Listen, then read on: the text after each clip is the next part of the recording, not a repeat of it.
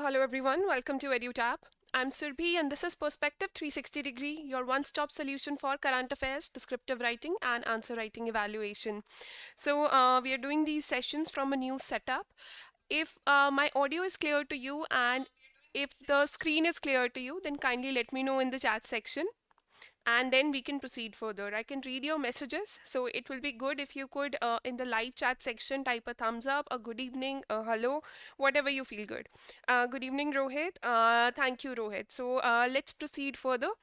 The topic for today is a very interesting and a very important one. It's BRICS. BRICS stands for Brazil, Russia, India, China, and South Africa. So that's the short form, and these are the five leaders of the erstwhile BRICS, which was the organization that consisted of only five nations. From January 1 onwards, it is a group of 10 nations. It was supposed to be of 11 nations, but Argentina has not joined, so only 10 nations will be a part of BRICS. So today we'll be seeing that is BRICS ready for the new world order, or is big BRICS going to create the new world order? So all these things will be covered. First of all, let's look at some of the news headlines. There are so many, hence I've taken a small screenshot for all of you. The first one is BRICS now includes Saudi Arabia, Iran, UAE, Ethiopia, and Egypt. I hope if you have, I think if you have been following news from previous August, that is August 2023, then you must be aware that membership of six countries was planned starting from 2024 for the organization, for the platform, not the organization, BRICS.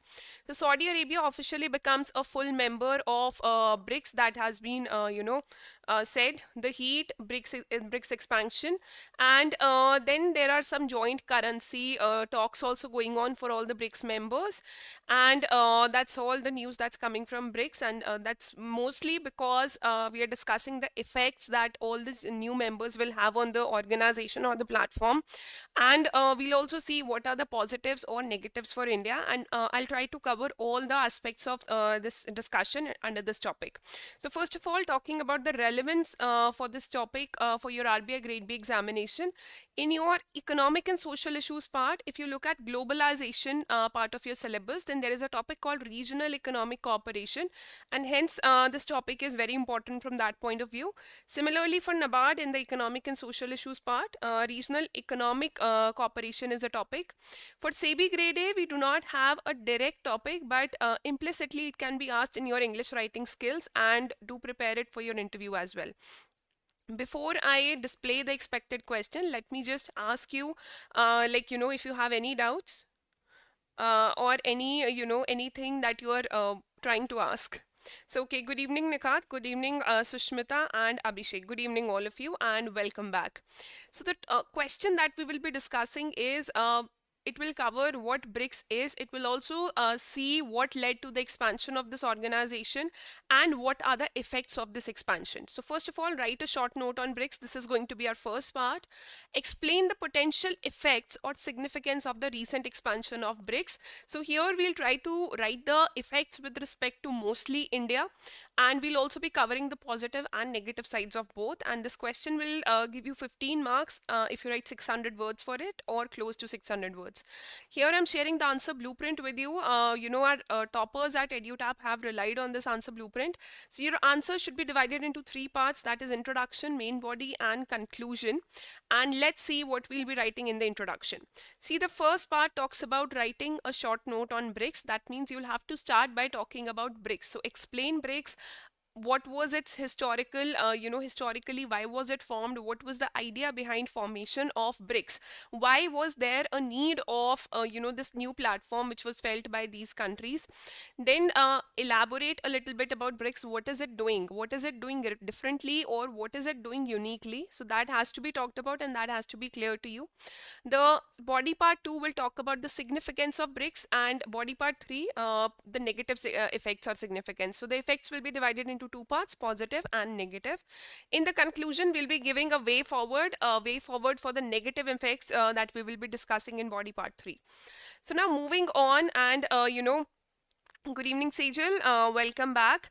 So now moving on and talking about BRICS expansion. First of all, the location of the five countries which have joined BRICS should be very much clear to you. Also, I want to tell you that you must have heard about United Nations. You must have heard about World Bank, World Trade Organization. So see, Western nations are mostly developed nations, and these are mostly rich nations. If you have been following Perspective 360 degree, then we covered a topic called Global South a few days back.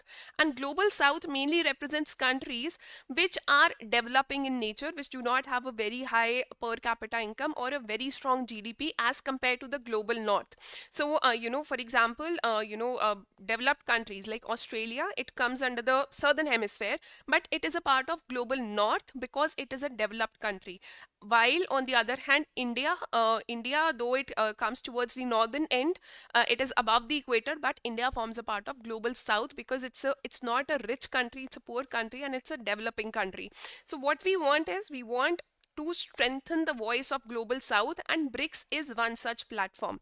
BRICS was formed because it was seen that four countries, BRIC, Brazil, Russia, India, and China will form the emerging economies of the coming times. They will be the economic powerhouses of the future, and hence they decided to come together in the form of a platform which was known as BRICS by the addition of South Africa, which was added later. So, many countries are showing interest in joining BRICS as of now. 40 countries have shown interest in BRICS membership. Many of them have also given have also submitted their applications to join BRICS. In 2023, in August 2023, in the BRICS meeting, BRICS summit or BRICS meeting, whatever you want to call it, it was decided that 6 countries will be invited to join BRICS from 2024. Which were these 6 countries? 6 countries were Argentina, as you can see here. This is Argentina here. So Argentina has not joined on January in this month in 2024. The other 5 countries are Saudi Arabia, as you can see here. This is Then you have Ethiopia, you have UAE, you have Iran, and you have Egypt. So Saudi Arabia, this is Egypt somewhere here. You have UAE, you have Iran here, you have UAE here, you have Saudi Arabia here, and you have Ethiopia here. So 5 countries have joined. And if you focus on the location of these 5 countries, these are mostly located in the Middle East, and 3 of these countries are the world's biggest oil producers, which means that a crisis like the Ukraine war, Russia-Ukraine war, or any sanctions from the West on Iran will now not prevent us from not having access to oil. So it's a very good thing for India as well, because Saudi Arabia is the biggest oil producer, and India and China, they are the biggest consumers of oil from Saudi Arabia. So India depends on like imports of oil for more than 80% of its crude oil requirements. So that's a very big step for the BRICS platform, and it's a very much good news for India as a whole, on the whole, because more cooperation it will result in. So first of all, you should understand that BRICS, it has emerged as an aspiring bloc. Aspiring bloc, what is it aspiring for? It is aspiring to become a strong voice for the Global South against the hegemony of the West. The Western nations, they release their reports, indices on their own. They paint India or countries like India in a bad light. The Western nations drive their own rules, the rules which benefit them, whether it's in United Nations, WTO, IMF, World Bank, or any organization. All these organizations have their headquarters in Western countries, and they derive a lot of economic power from Western countries. Hence, the voice of Global South remains very, very low. So BRICS has emerged as an aspiring bloc that can challenge the Western geopolitical view and emerge as a counterweight to Western-led for the G7 and World Bank, Western-led organizations like the G7 and World Bank.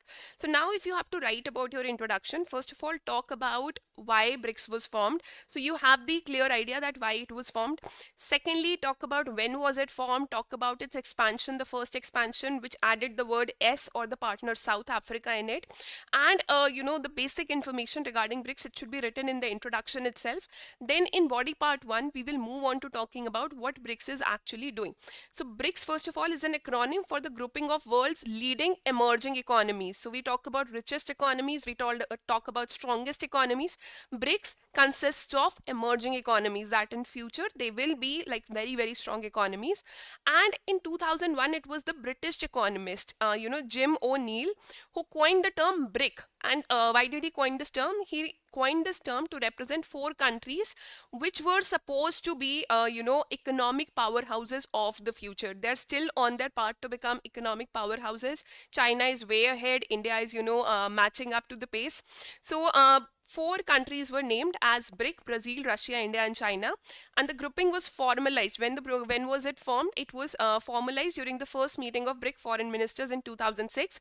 And from 2009 itself, it became very, very active. And this is your line that these four will be the future economic powerhouses of the world. South Africa joined this organization in 2010 on an invitation, just like in January, and invitation was, taken by 5 countries. And after that, it has been known as BRICS. Now, will the name of BRICS be changed to something like that adds 5 more countries to the acronym? That has to be seen. But as of now, it is popularly known as BRICS only. So we'll continue to call it that. And 15th summit of BRICS was, it commenced in 2023. And it expanded its membership from 5 to 11 countries. But now it's not 5 to 11 countries. It's 5 to 10 countries only, because one of the countries has not joined. So in Jan 2024, you can talk about the 5 countries which have joined BRICS: Egypt, Iran, Saudi Arabia, UAE, and Ethiopia. And they have amplified the group's representation across Middle East, Africa, and South America. So previously there was, we did not have a lot of representation from Middle East, but now we do have it, as I showed you in the map above here.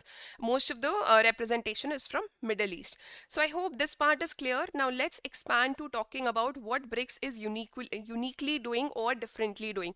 So see, there are many fronts on which BRICS collaborates with its partners.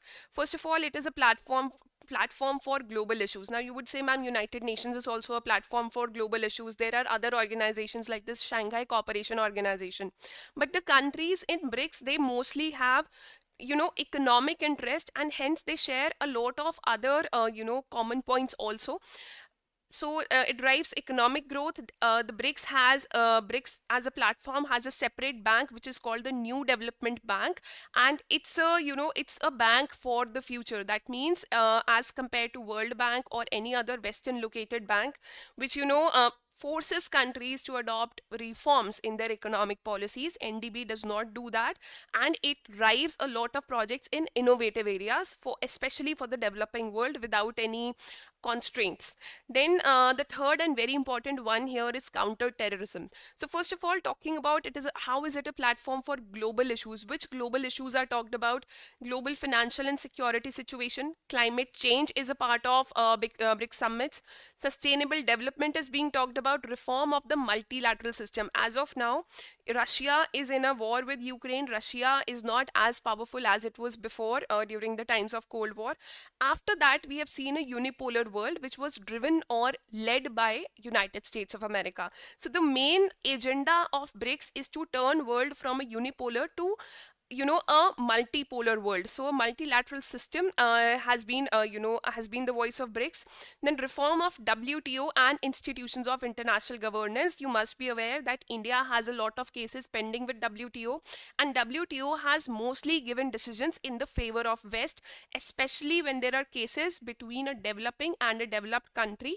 And hence, this is one of the main agendas of BRICS to change such a narrative.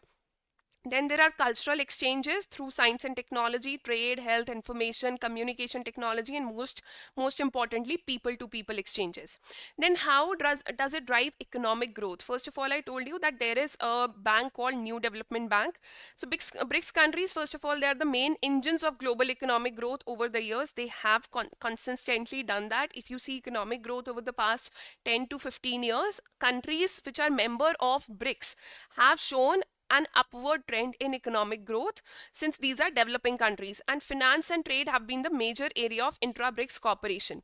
So the New Development Bank, also the contingent reserve arrangement, which provides funds in case of emergencies to BRICS members and other nations of the developing world also.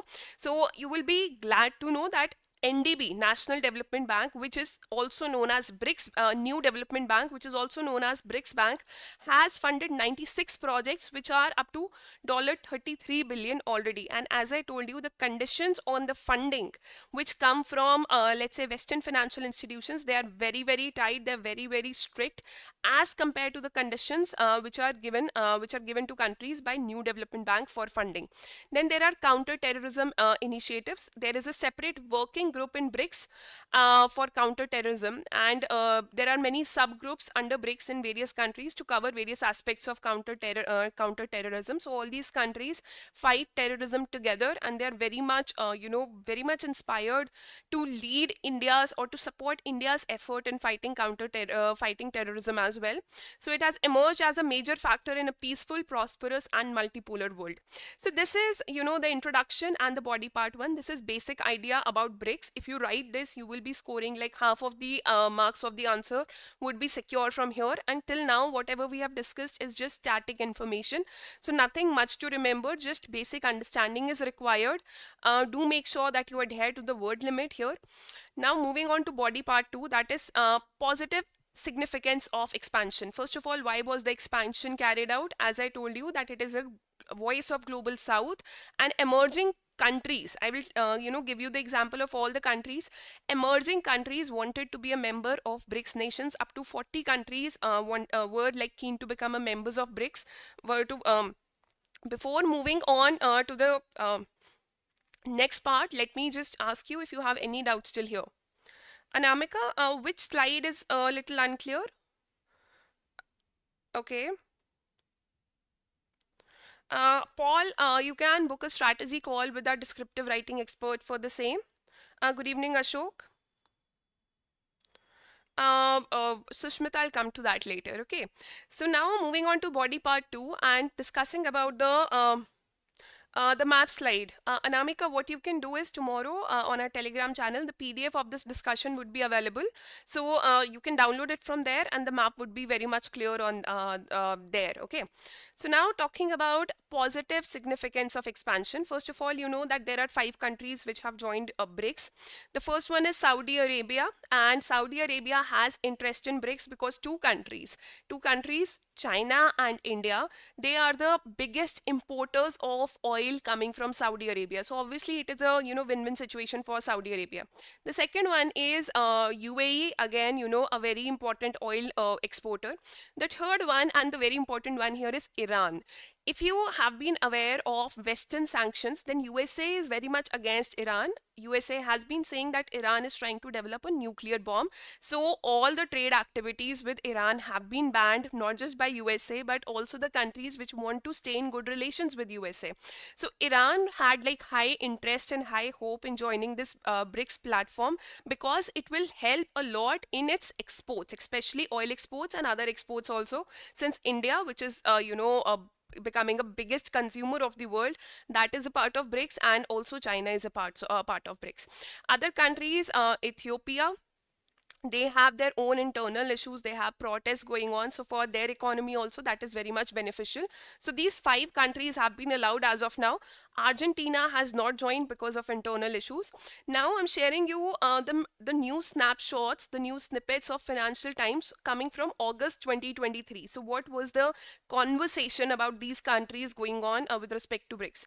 So first of all, BRICS Bank, that is the new development bank, it strives to reduce reliance on the dollar. So internationalization of rupee, that has been discussed in one of the previous lectures here. What we want is that internationalization of other currencies should be happening, and our reliance on US dollar, that should reduce, because any change in the global economic situation pushes developing countries like India or members of the BRICS platform into into a great economic crisis. If the value of dollar increases, or the federal interest rate in USA that changes, then our economy suffer a lot. So the primary motive of BRICS Bank here is to strive to reduce reliance on the dollar, and it will be improved when these 5 countries join.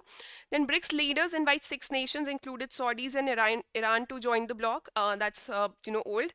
And China hopes expanded BRICS will turn the world upside down. That means there will be changes in the geopolitical situation, and there will be changes on the economic front also. There will be changes in the power hegemony also.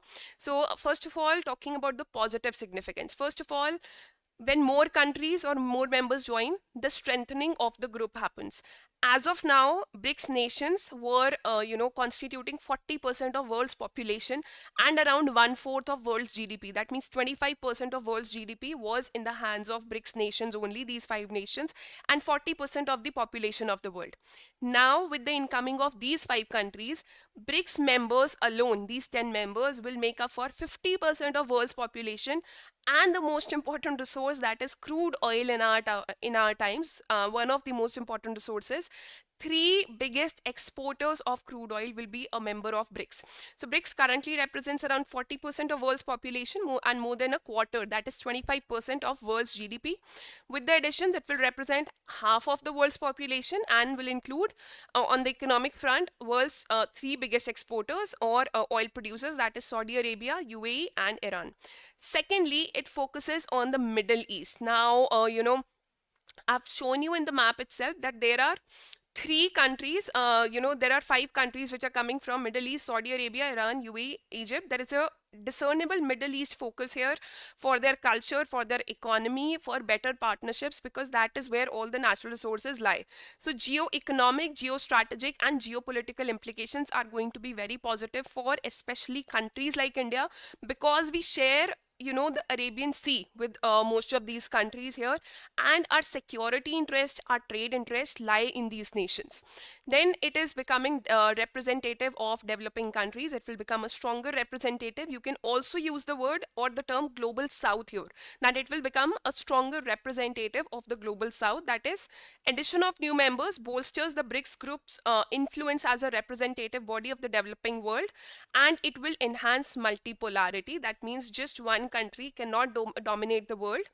Then it will become a voice for global governance. One very important factor about BRICS is that no decision in the BRICS platform can be taken if even one country is objecting to it. So all the countries have to come under a consensus. That means it's a very good type of governance that we want for the future. So that kind of decisions are taken where everybody takes a part. Also, the grouping now represents a larger share of world's population and economy. So how the populations are governed, is it democracy that we are taking forward, or how the voices of people are heard, that BRICS is going to form a major role in that. So the group is potentially a powerful voice for reform of the arrangements for global governance and a powerful actor in these arrangements. And decisions here are unanimous. All members have to agree. Now, apart from this, what are the negative effects or concerns of expansion? See, we have written 4 points here. You can write fifth and sixth point as the negative points, but you know that that does not help the examiner or any AI tool differentiate what are you trying to convey. So it's always better that you write the negative part separately from the positives.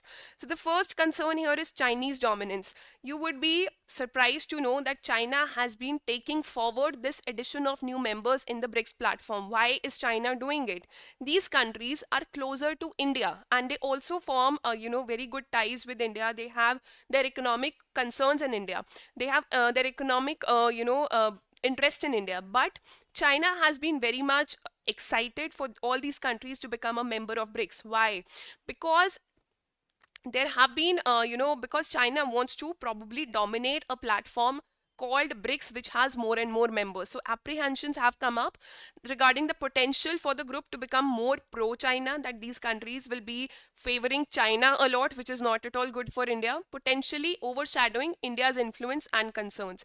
And as you know, that China has been giving a lot of funding and a lot of benefits to many smaller nations in the Indian Ocean region itself. So could it extend it to BRICS nations also to silence the voice of India? That has to be seen, and that is one of the negative concerns, negative points for India. So although China desires BRICS to embody an anti-Western stance, but anti-India stance can also be taken. So India's perspective is inclined toward maintaining the group as a non-Western entity. So then there are coherence challenges. The previous 5 countries which were permanent members of BRICS, which were the previous members of BRICS, they had similar cultures and similar ideologies. Now with the incoming of these new members and these 5 new members, they don't have very strong economies. They have internal riots going on, internal protests going on. Their economies are under pressure or under a lot of problem. So coherence is going to be a big problem, and what will BRICS stand for in the future, that has to be seen. The original BRIC members had 2 things in common: large economies and high potential growth rates, as we wrote in the introduction. But that is not the case with new 5 members. So the expanded BRICS 10 is a less coherent group. Some are going through crisis and others are just trying to thrive. Then negative impact of other global institutions and nations. See, no platform, no matter how good countries of the world it has, it can never survive, it can never sustain in isolation with the rest of the world or with other countries. So negative impact of other global institutions like let's say WTO, or any appellate body of WTO or World Bank, or that has been silently viewing this current situation. United Nations has been silently looking at the current situation between Russia and Ukraine, Israel and Palestine. So any negative impact of other organizations or other countries remaining silent, that will definitely impact BRICS, because these 10 countries, they cannot sustain in isolation with the rest of the world. What does that mean? That if a country says that put sanctions on Iran, you cannot trade with Iran, that then India, even being a member of BRICS, cannot trade with Iran if its interest with that developed country are under problem or are under confusion that way. So given that BRICS countries on their own are not in a position to mount global efforts to deal with large scale crisis, because these are not very strong economies, hence they depend on other richer countries. So paralysis at the level of other multilateral institutions negatively affects agenda formation in BRICS. And the role of other emerging powers, their foreign policy choices, is in an evolving global order and response to US-China equation. This will impact the multilateral behavior and including that of BRICS. What is the equation between US and China, US and India, US and Iran? That will definitely have an impact on BRICS, and that is a concern, especially after the expanded membership, because let me tell you that many of the members who are now part of BRICS do not have good relations with USA, while India on the other hand has very good relations, economic, political relations with USA. So that has to be seen now. Now, what can be the conclusion or way forward? First of all, India needs to come at terms with China. India and China need to have good relations if they want BRICS to be better. What can be the other way forward? Domestic economic growth. Since most of the countries who are like members of BRICS, they're not very rich countries, they're poor or developing countries. Hence, to have any stronghold in the global economic or global geopolitical order, they need to have stronger economic growth. They need to become rich. They need to develop, strong economies, and strong level of GDP has to be maintained by them. Secondly, containing assertiveness of China, that is a solution. So, the increased intra-BRICS cooperation in areas like health, science and tech and all these things, it requires the level of a very strong economic growth which is not right now sustainable, and India and China need to address their border disputes and cooperate on complex global matters. And finally, these two are the way forward. You can also write a conclusion. In the conclusion, you can repeat points that and emphasize that these are emerging economies, and to hold a greater share of world's resources or of world's power, they need to strengthen on their domestic parameters. They need to have stronger domestic parameters as well. Okay, so now I'm displaying the question again. It says, write a short note on BRICS. Explain the potential effects or significance of the recent expansion of BRICS. Answer for 600 words for 15 marks. See, you are provided with free evaluation if you post your answers in the YouTube comment section in the next 48 hours. So today is Friday. Post your answers by Sunday 5 p.m. and our team experts will evaluate your answers entirely free of cost. I will see you on Monday for another discussion. Till then, if you have any doubts, kindly let me know in the chat section, or even if you happen to watch this video in a recorded format later, then in the comment section you can post your problems and I will be happy to answer them. Kindly contact us for any courses you want to take details about at this number, or you can also email us with your queries or your feedback at this email ID. Now the live chat section is open for doubts. Kindly let me know if you have any problems coming. Okay, Anamika, I'm happy to know that sorts your issue. Okay, Sejal, first of all, good evening, Dark Rose. Okay, ma'am, can we include the agendas that were discussed in the last BRICS Summit 23? See, Ashok, that is not required here. The agendas of only the latest BRICS meeting will be important. So I'm assuming that since you're taking the exam in 2024, so the previous meeting will not hold that much amount of importance. The recent addition of members, that is going to be more important. So, how do I start descriptive writing? Iftisham, kindly book a strategy call with our team for descriptive writing at this phone number that's given. Sushmita, you cannot say that one motive of BRICS is to dominate the power of dollar. One of the motive is to decrease the hegemony of dollar, because dollar is all time powerful, all the strongest of all the currencies, and even a minuscule change in dollar or the economy of USA shakes up the rest of the world. So I won't say to dominate dollar, but to decrease the power of dollar, or to in like simple terms, to decrease hegemony of dollar. That it can be put that way. You're welcome, Mayur. uh, what should be the breakup of word limit while answer writing? Shadow, for like introduction, keep your introduction and conclusion to somewhere between 10 to 12% of the entire word limit. The rest of the part should be taken by body paragraphs, depending upon what the question is focusing on. If the question is focusing more on current affairs, then the current data or fact should hold more words. You're welcome, Ashok. Yes, okay. Yes, Aurora Saab, this is a very good time to start preparation. Just stay consistent in your efforts. That's what I would say. For me, the conclusion part is very difficult. Shadow, just start by writing summaries as conclusions. Even if you cannot give a way forward or a solution, at least start by writing a 2 lines summary for the entire answer that you have written. I think you can summarize your answer in 2 lines. Let's say you've written 4 points. So using the help of commas, you can like summarize those four points in 2 lines. Okay. Sushmita. Okay. Previous doubt is, ma'am, is it important to read deeper about NDP and CRA? I think Kritika ma'am would be the best one to answer this. So tomorrow, Kritika ma'am will be taking a live session with you. Kindly ask her the same doubt. Okay. So no more doubts coming. So let's call this a day. I will see you on Monday at 5 p.m. and kindly post your answers in the comment section. Uh, Kindly adhere to word limit and post them by Sunday 5 p.m. Okay. Take care and all the very best for your preparation.